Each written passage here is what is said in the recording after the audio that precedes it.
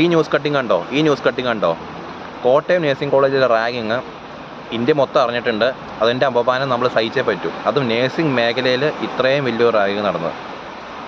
ഈ റാഗിങ് ചെയ്യാനുള്ള പ്രചോദനം അത് ഓരോരുത്തർ കിട്ടുന്ന എവിടെന്നാ അത് നമ്മളെല്ലാവരും അറിഞ്ഞിരിക്കേണ്ട കാര്യമാണ്. റാഗിങ് ആയാലും എന്തായാലും ഒരാൾക്ക് ഒരാളുടെ ദേഹത്ത് തൊടാനുള്ള അധികാരമില്ല. അത് റാഗിങ് ആയിക്കോട്ടെ, സുഹൃത്തുക്കളായിക്കോട്ടെ, എന്ത് വൈരാഗ്യം ആയിക്കോട്ടെ, ദേഹത്ത് തൊടാനുള്ള അധികാരമില്ല.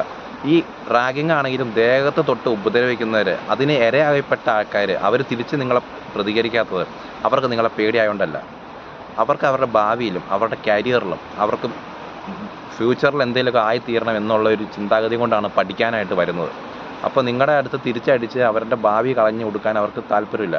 അതാണ് ഫസ്റ്റ് മെയിൻ കാര്യം എന്ന് പറയുന്നത്. തിരിച്ചടിക്കാനും ഭിത്തിയിലിട്ട് ഉരയ്ക്കാനും മോന്തക്കിട്ടിടിക്കാനും എല്ലാവർക്കും പറ്റും, എല്ലാവരെ കൊണ്ടും പറ്റുന്ന കാര്യമാണ്. പക്ഷേ അവരുടെ ഭാവി പഠിക്കാൻ പറ്റുന്ന സമയത്ത് പഠിക്കുക, ഭാവി നോക്കുക, ഒരു പ്രശ്നത്തിൽ പെടാണ്ടിരിക്കുക, സേഫായിട്ട് എത്തുക. ഒരിക്കൽ ഇവരുടെ ഭാവി സെറ്റായി ഇവർ കരിയറിൽ ഒരുപാട് നേടിക്കഴിഞ്ഞ് ഇവർ അത്യാവശ്യം സ്റ്റേബിളായി കഴിഞ്ഞിട്ട് ഇവന്മാരെ ഒന്ന് ചൊറിയാൻ ചെന്ന് നോക്കിക്കേ. അന്ന് വിക്റ്റിമായ, അന്ന് റാഗ് ചെയ്ത് റാഗിങ്ങിന് ഇരയായപ്പെട്ടവന്മാരെ പിന്നെ ഒന്ന് ചൊറിയാൻ ചെന്ന് നോക്കി, വിവരറിയും, മോന്തക്കുറ്റി ഇടിച്ച് പൊളിക്കും. ഇതാണ് സംഭവിച്ചുകൊണ്ടിരിക്കുന്നത്. അതിനുള്ള എക്സാമ്പിൾ കുറേ പേര് എനിക്കറിയാവുന്നവരുണ്ട്, ഇഷ്ടംപോലെ പേരുണ്ട്. അപ്പോൾ എല്ലാവർക്കും അവരുടെ ഭാവി, അതുകൊണ്ടാണ് ഈ റാഗിങ് പൊട്ടന്മാരായ ഈ ആൾക്കാരിൽ നിന്ന് റാഗിങ് കൂടാണ്ട് പൊട്ടന്മാരെ ആക്രമിക്കാൻ വരുമ്പോൾ തിരിച്ച് പ്രതികരിക്കാത്തതിൻ്റെ മെയിൻ കാരണം ഇതാണ്.